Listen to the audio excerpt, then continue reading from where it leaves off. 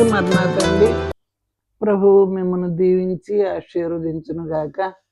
ఈ 40 రోజుల ఉపవాస కార్యక్రమంలో మనము సిలువ బలమును అందుకొని శ్రమలను శోధనలను జయించి ప్రభువులాగే మనం జీవించే శక్తి బలము తండ్రి మనకు దయచేయునుగాక. ఆమేన్. వాక్యం చదువుకుందాం. యోహాను సువార్త 19వ అధ్యాయం 26 నుండి 27 వరకు. యేసు తన తల్లియు తాను ప్రేమించిన శిష్యుడును దగ్గర నిల్చుండుట చూచి, అమ్మా, ఇదిగో నీ కుమారుడు అని తన తల్లితో చెప్పాను. తరువాత ఆ శిష్యుని చూచి, ఇదిగో నీ తల్లి అని చెప్పాను. ఆ గడియ నుండి ఆ శిష్యుడు ఆమెను తన ఎంట చేర్చుకొనెను. దేవుడు మన వినికిడిలో తన వాక్యమును దీవించి కృపను దయచేయునుగాక. ఆమేన్. ఇక్కడ యేసు ప్రభు భూమి మీద నరుడుగా రావడానికి మరియమ్మ ఆధారం చేసుకుని వచ్చాడు. భూమి మీద నరుడుగా పుట్టడానికి మానవులందరికీ దేవుడు క్రమము ఏర్పాటు చేశాడు. ఒకరు జన్మించాలంటే తల్లిదండ్రుల ప్రేమ ఫలముగా బిడ్డలు జన్మిస్తూ ఉన్నారు. మరియమ్మకు యోసేపుకు మధ్య ప్రేమ అనేది తెలియదు. వివాహం అవుతుంది కానీ ఇంకా పెండ్లి కాలేదు గనుక పెండ్లి అవ్వకముందు ఆ కాలంలో కూడా ఏ కాలంలోనైనా మాట్లాడుకుంటాం అప్పుడు కాలంలో లేదు. మనకి ఒక 100 ఏళ్ళ కిందట జ్ఞాపకం చేసుకుంటే ఆడపిల్ల మాట్లాడదు, తెలియదు, చూసుకోదు. తల్లిదండ్రులు ఏ వివాహం చేస్తే అది ఎంత కష్టతరమైందైనా సరే తల్లిదండ్రుల నిర్ణయం చొప్పున వివాహం చేసుకునేవారు. 2000 సంవత్సరాల క్రిందట ప్రభు జన్మించాడు గనక అది కట్టడగలిగిన కాలం. ఇప్పుడులా కాదు. ఇప్పుడు తప్పు లేదు. ఇద్దరూ చదువుకుంటున్నారు, ఉద్యోగాలు చేసుకుంటున్నారు, మాట్లాడుకుంటున్నారు, వారి వివాహాలు వారే నిశ్చయించుకుంటున్నారు. కాబట్టి ఇప్పుడు కాలానికి అప్పుడు కాలానికి పోలిక ఉండదు, బహుశా ఉండదు. అయితే తల్లి మరియమ్మ పెద్దల నిర్ణయం చొప్పునే ఆమె సన్నిధి పరురాలు, దేవదూతలు కనపడే అంత యోగ్యురాలు గనక అలాంటి యోగ్యత ఉన్నందువల్ల ఆమె హృదయ స్థితి భక్తి జ్ఞాపకం చేసుకుంటే ఎంత యోగ్యురాలో అర్థమవుతుంది. అందరినీ ఒకే లెక్క ఇవ్వకూడదు. వారి గుణాలను బట్టి, పెంపకాలను బట్టి, కుటుంబాలను బట్టి, తల్లిదండ్రులను బట్టి వారికి యోగ్యతలు వస్తాయి. తల్లిదండ్రులు ఎంత యోగ్యులు అయినప్పటికీ వినని పిల్లలు కూడా ఉన్నారు. అలాంటి పిల్లలు గురించి కూడా మనం ఈ మరియమ్మ లాంటి జీవితాన్ని లెక్క వేయకూడదు. వారి జీవితం వారిది.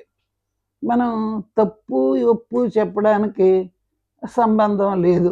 ఎవరి బ్రతుకు వాళ్ళదే, ఎవరిష్టం వారిది అని చెప్పుకోవాలి. అంతవరకే మనకు అవకాశం ఉంది. అయితే ఈ మరియ యోసేపుకు చెప్పాలి, మా అమ్మ అనుకోవాలి. అసలు ఏమనంటే యోసేపు ఏమనుకుంటాడో ఆయనకో మాట చెప్పి దేవుణ్ణి తీసుకుందామని వచ్చిన దేవదూతతో మాట్లాడాలి. శుభం చెప్పింది, బిడ్డనిస్తానని చెప్పింది. కడుపులో బిడ్డ ఉండగా ఏ వివాహమైనా కరెక్ట్ కాదు కదా. అందుచేత యోసేపును కూడా ఒక మాట చెప్తాను, నాకు కనబడిన దూత యోసేపుకు కూడా కనబడాలి, ఆయన కూడా అంగీకరిస్తే నేను సిద్ధమే అని మరియమ్మ దేవదూతతో చెప్పవలసింది. కానీ ఆమె అలాగనలేదు. ఒకే మాట అంది, నేను సిద్ధంగా ఉన్నాను, నీ ఇష్టం, దేవుడి ఇష్టం ఏదో నా ఇష్టం అదే అన్నదే. బ్రతుకులో ఏది బొత్తిగా అంగీకరించబడదో ఆ మాటను బట్టి దేవుని కొరకు తన్ను తాను పూర్తిగా సమర్పణ చేసుకున్న జీవితం మరి అమ్మదే. ఆ మాటలోనే తెలుస్తుంది. ఏమవుతుంది అనేది ఆలోచించడానికి వీలు లేని పరిస్థితి అయినప్పటికీ ఆమె తన అంగీకారం దేవునికి తెలియజేసింది. ఆ మాటను బట్టే ఆమె ధన్యురాలు అనబడింది. ఇంకోటి చెప్పాలి, ఈ అమ్మ కొడుకుని ఎత్తుకుని అవమానమే కాదు, నిందే కాదు, యోసేపుతో పాటు మరి బెత్లెహేము రావడానికి, దావీదు పట్టణానికి రావడానికి కారణం ఏంటంటే నిండు నెలలు నిండిపోయినాయి.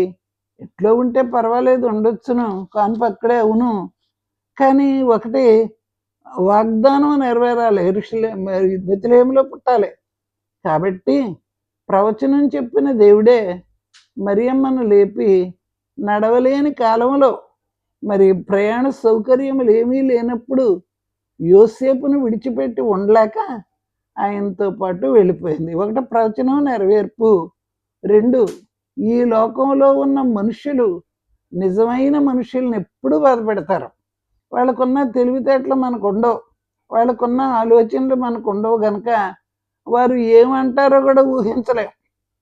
అలాంటప్పుడు నిందల పాలయ్యి బాధపడటం కన్నా యోసేపు దగ్గర ఉంటే తనకు నెమ్మది, శాంతి.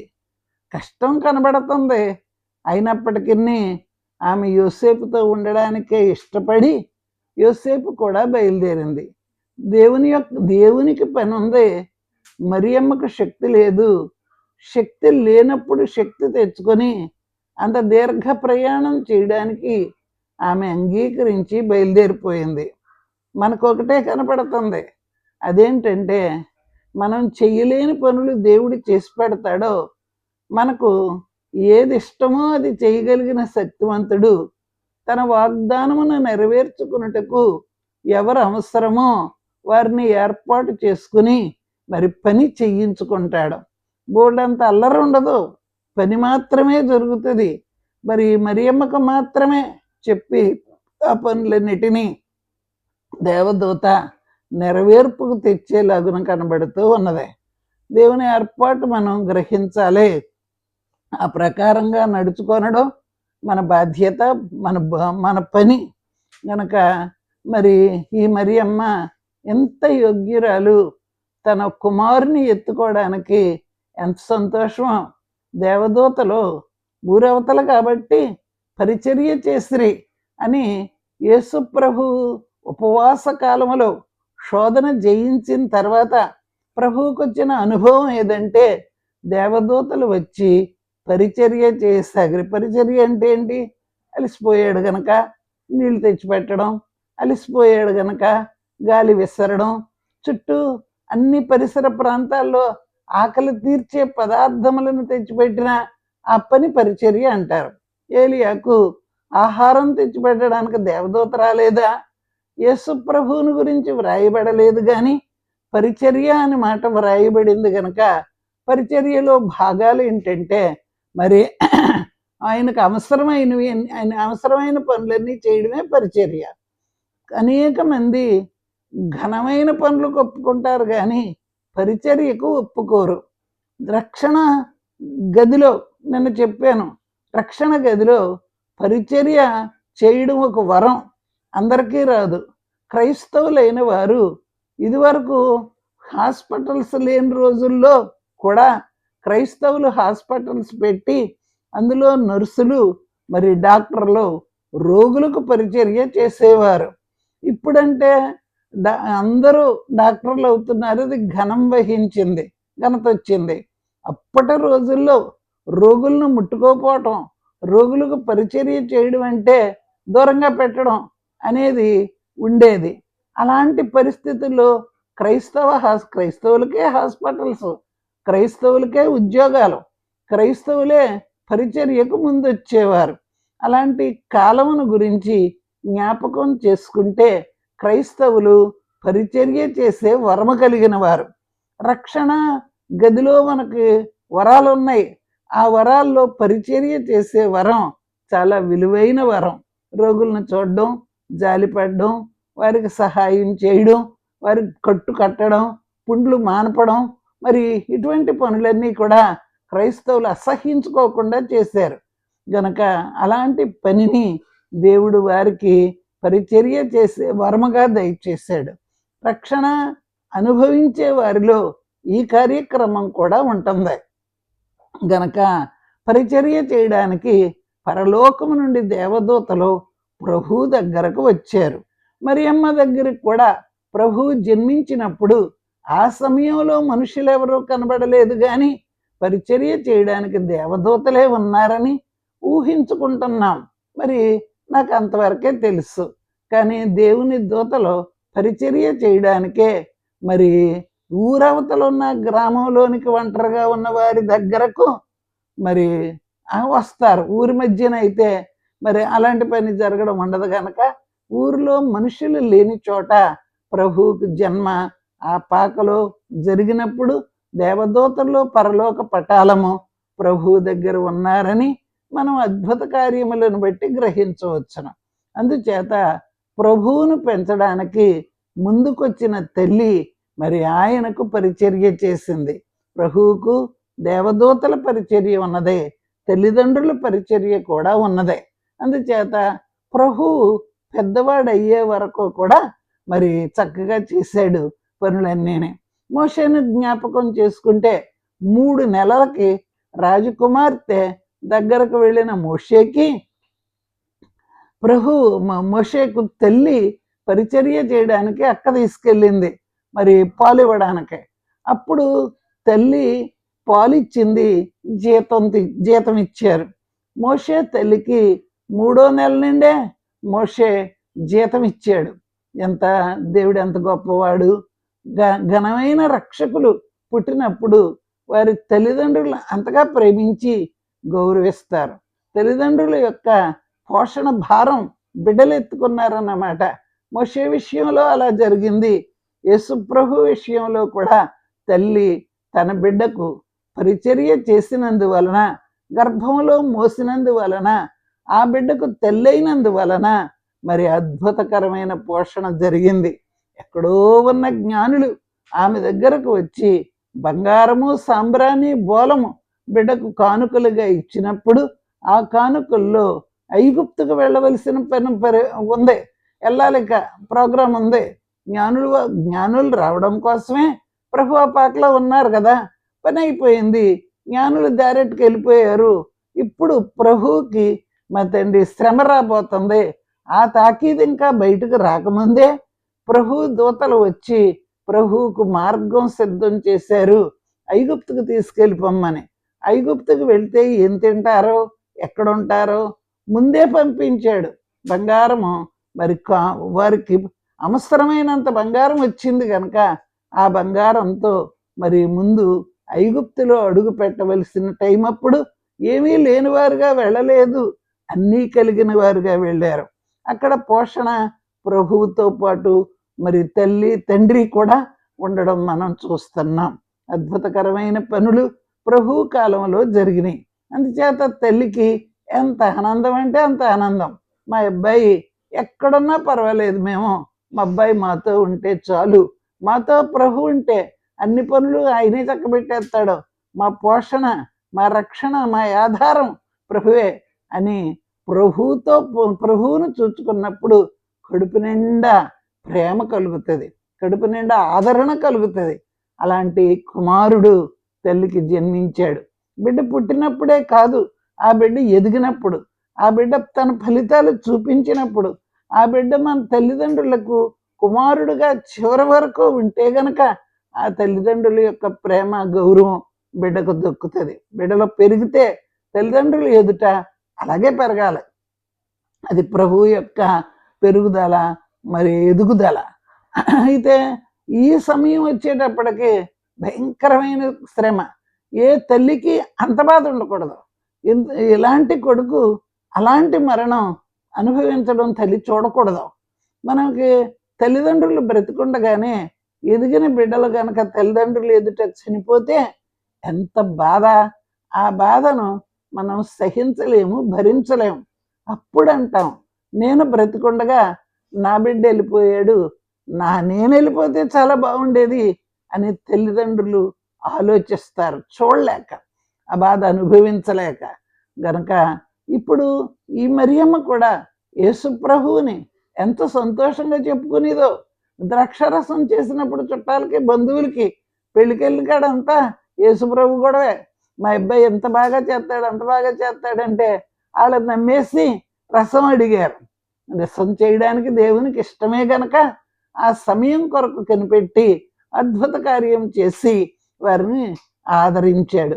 ఇప్పుడు మరియమ్మకు కూడా అలాంటి ఆదరణ గల ఆ చేతులు కట్టబడి నడుస్తూ ప్రభు ఎదురుగుండా వెళ్ళినప్పుడు నిజంగా కష్టంలోనండి, మన కష్టంలో మనకి ఏమీ అర్థం అవ్వదు, ఏమి జ్ఞాపకం చేసుకోలేం. మన తెలివంతే, మన బలమంతే. కానీ ఎక్కడైతే ప్రభువు వాళ్ళమ్మని జ్ఞాపకం చేసుకున్నాడో, తల్లి బాధ ప్రభు చూశాడు. చూసి అక్కడ ఆగిపోయాడు. ఎంత బాధ ఉన్నా, ఎంత కష్టం ఉన్నా అన్యాయం కాదు, న్యాయమైన పద్ధతిని బతికాడు. మరి పిల్లలు అన్యాయంగా బతకూడదు, న్యాయంగా బతకాలి. యేసు ప్రభువుని పోలి బతికితే ఎంతైనా గౌరవం వారికి దొరుకుతుంది. ఆ గౌరవం ప్రభువుకు వచ్చింది. తల్లి అక్కడ తల్లి కనపడగానే తన తల్లి మరియా యేసు ప్రభు ఆగి అమ్మా అని పిలిచాడు. ఎంత భాగ్యం, ఎంత అందమైన పిలుపు. అలాంటి గొప్ప పిలుపును ప్రభు ద్వారా మరియమ్మ అందుకుంది. పరమగీత గ్రంథంలో అతని తల్లి అతనికి కిరీటము పెట్టెను అని వ్రాయబడి, వివాహ దినమున అతని తల్లి అతనికి కిరీటం పెట్టెను అని ఉంది. యేసు ప్రభువుకు తల్లి మరియమ్మే కదా, యేసు ప్రభువుకు తల్లి సంఘమే కదా, యేసు ప్రభు సంఘం కొరకే బతుకుతున్నాడు కదా. గనక సంఘం ఏం చేసినా ఏకీభావం ఉంటే ప్రభువుకి ఎంత ఇష్టమో అక్కడ నిలబడతాడు, సంఘం దగ్గర నిలబడతాడు. అలాగే తల్లి దగ్గర నిలబడ్డాడు. నిలబడి ఆ తల్లికి వాగ్దానం చేశాడు, అమ్మా అని పిలిచి. లోటు లేకుండా చేశాడు యేసు ప్రభు. బతుకలాంటిది, లోటు ఉండదు. యోహాను ఉన్నాడు, అక్కడే యోహాను ఉన్నాడు. యోహాన్ని పిలిచాడు. అంత బాధలో, అంత బరువులో, అంత మరణ సమయంలో, ఇంకా కొద్ది గంటల్లో ఆయన అయిపోతాడు. అలాంటి భయంకరమైన శ్రమతో హింసించబడుతూ రక్తం కార్చుకుంటా ఆ రూపం చూడలేం. అలాంటి రూపంతో ప్రభు అమ్మ దగ్గర నిలబడ్డాడు. పుట్టినప్పుడు ఎంత అందగాడు, చూడ్డానికి ఎంత అందమైన బాబు. జ్ఞానులు వచ్చినప్పుడు నమస్కరించడానికి ఎంత అందమైన బాబు. ఆయన అద్భుతంగా ఆడుకున్నప్పుడు ఎంత అందమైన బాబు. మరి అన్ని విషయాల్లో యెషయా గ్రంథం చదివాడు దేవాలయంలో, అప్పుడెంత అందంగా కనపడ్డాడు. రోగులను బాగు చేశాడు, ఆయన ఎంత మెరిసిపోయాడు. గాలి తుఫాను నడిచాడు, అప్పుడెంత అందంగా ఉన్నాడు. ఇప్పుడు ఎలా ఉన్నాడు. ఈ రూపం చూడటానికి బతికుండాలి అని ఎంత ఏడవాలో అంత దుఃఖం ఉంటుంది. కానీ ప్రభువు మాట విని తల్లి యోహాను దగ్గరకు చేరింది. యోహానుకి తల్లినిచ్చాడు, తల్లికి యోహానునిచ్చాడు. చివరి టైంలో కూడా అమ్మా అని పిలుచుకున్నాడు. తల్లిదండ్రుల రుణం తీరాలి. దేవదాసయ్య గారు మరి 3 సిలువలు మోసితివా అనే పాటలో రాశారండి.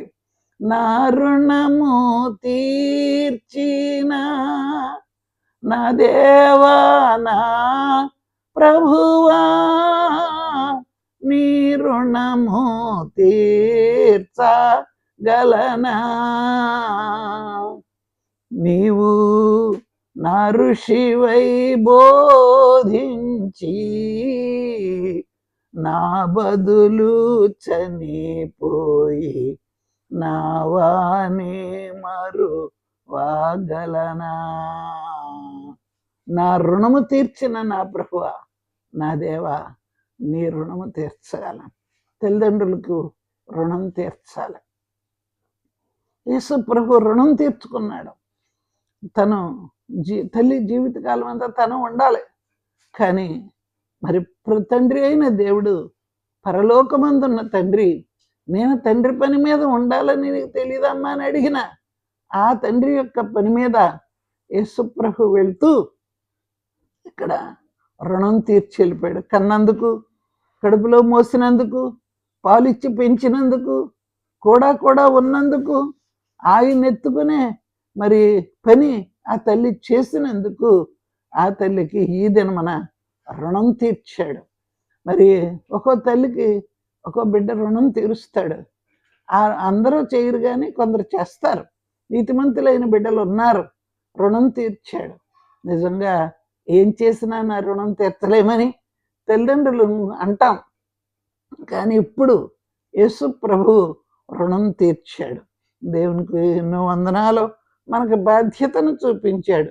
ఎంత పనిలో ఉన్నప్పటికీ, ఏ స్థలంలో ఉన్నప్పటికీ తల్లిదండ్రులు మర్చిపోకూడదు. వారు చేసిన ఉపకారము, ప్రేమ, స్వార్థం లేని స్థితి ఇంకెక్కడా మనకు దొరకదేమో. అలాంటి తల్లిదండ్రులను జ్ఞాపకం చేసుకుని మనం వారికి రుణం తీర్చాలి. మరి అమ్మ యేసు ప్రభు దగ్గరికి యోహాను దగ్గరికి వెళ్ళింది. వెళ్ళమన్నాడు కదా, ఇచ్చి వెళ్ళిపోయాడు కదా. అందుచేత మరి అమ్మ యోహాను దగ్గరికి వెళ్ళింది. యోహాను మరియమ్మను ఇంట్లో చేర్చుకున్నాడు. ఈ మరియమ్మ మరణం వరకు కూడా యోహాను తల్లిని చూసుకున్నాడు. కనుక దేవుడిచ్చిన తల్లి, యేసు ప్రభువుకి దేవుడిచ్చిన తల్లి, యోహానుకు దేవుడిచ్చిన తల్లి. కనుక దేవుడిచ్చిన తల్లి కనవలసిన కన్నదే అని అనుకోవద్దు. కనకపోయినా దేవుడిచ్చిన తల్లి మనకు పక్కనే ఉంటారు. కష్టకాలంలో, సౌఖ్యకాలంలో ఎక్కడో ఉండరు, పక్కనే ఉంటారు. వారి ప్రార్థన, వారి యొక్క జీవితము, వారి నిస్వార్థమైన స్థితి మనం జ్ఞాపకం చేసుకుంటే అద్భుతకరమైన బ్రతుకు బ్రతకగలం. భూమి మీద అయ్యగారు కట్టిన, దేవదాస్ అయ్యగారు కట్టిన పాటలో 2 చరణాలు ఉన్నాయి. ఒకటి ఆనందకరమైనది, ఆశ్చర్యకరమైనది, అద్భుతకరమైనది, మన బ్రతుకెంతో ఉపయోగకరమైనది అని ఒక పాట కట్టారు. ఆనందకరమైనది, అద్భుతకరమైనది, ఆశ్చర్యకరమైనది దేవుని మాట ప్రకారం నడిస్తే. ఇంకో పాట కట్టారు, స్థిమితము లేదు కదా మానవునికి, క్షితియందు శ్రమలే కదా అని ఇంకో పాట ఉంది. అవును, ఎవరికి? దేవుని మాట వినని వారికి, నమ్మని వారికి స్థిమితమే లేదంట. వారికి కుదరదు.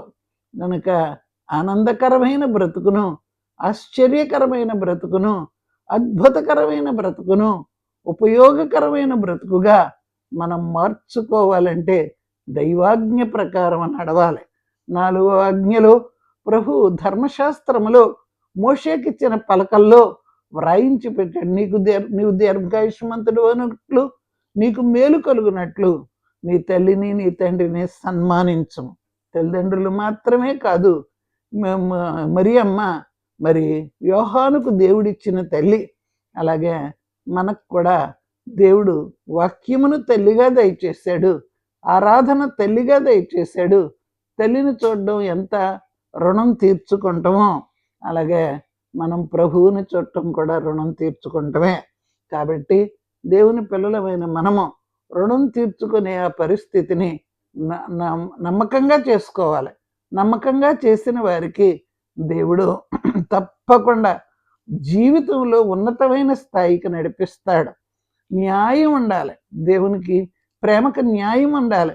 నువ్వు ప్రేమించావు, మనిషిని చేసావు, ఆ మనిషి పాపంలో పడిపోయాడు. ఆ పడిపోయిన మనిషిని పైకి లేపడం న్యాయమే, ప్రేమే న్యాయం. గనక దేవుడు ఈ లోకానికి నరుడుగా వచ్చేసాడు. న్యాయం.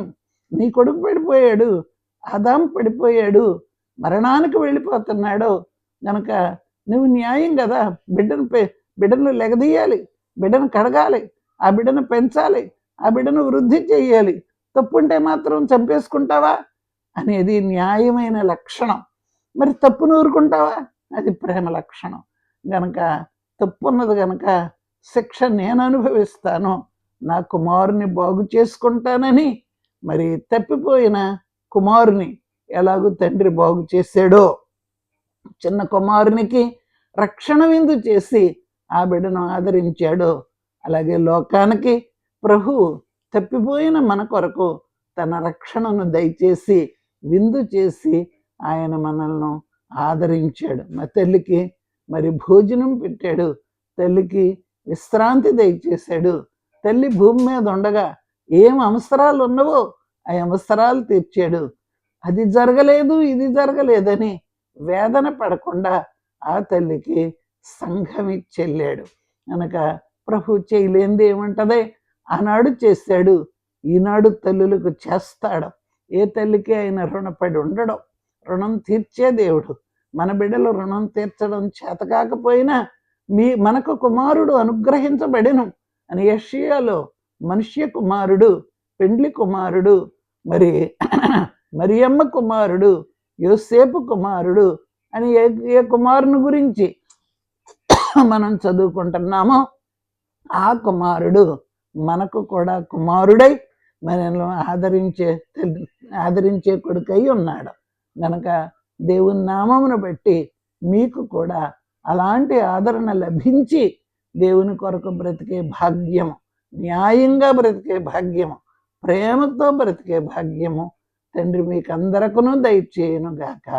ఆమేన్. చిన్న ప్రార్థన.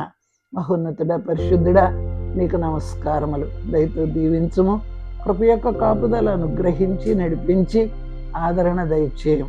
బిడ్డలు తల్లిదండ్రులు ఎదుటి ఎలాగ ఉండవలేనో, తల్లిదండ్రులు బిడ్డల ఎదుటి ఎలాగ ఉండవలేనో ప్రభువా అలాగున నేర్పించి ఆదరించి ఘనతయు కీర్తియు మహిమయు పొందుమని కృపా సమాధానములను తోడుగా దయచేసి నడిపించమని యేసు నామములో వేడుకుంటున్నాము తండ్రి. ఆమేన్. మన తండ్రి అయిన దేవుని ప్రేమ, కుమారుడైన క్రీస్తు ప్రభు కృప, ఆదరణకర్త అయిన పరిశుద్ధాత్మ తండ్రి యొక్క ఆదరణ నిరంతరము మనందరము కలిగి ఉండము గాక. ఆమేన్. అందరికీ మరణాత.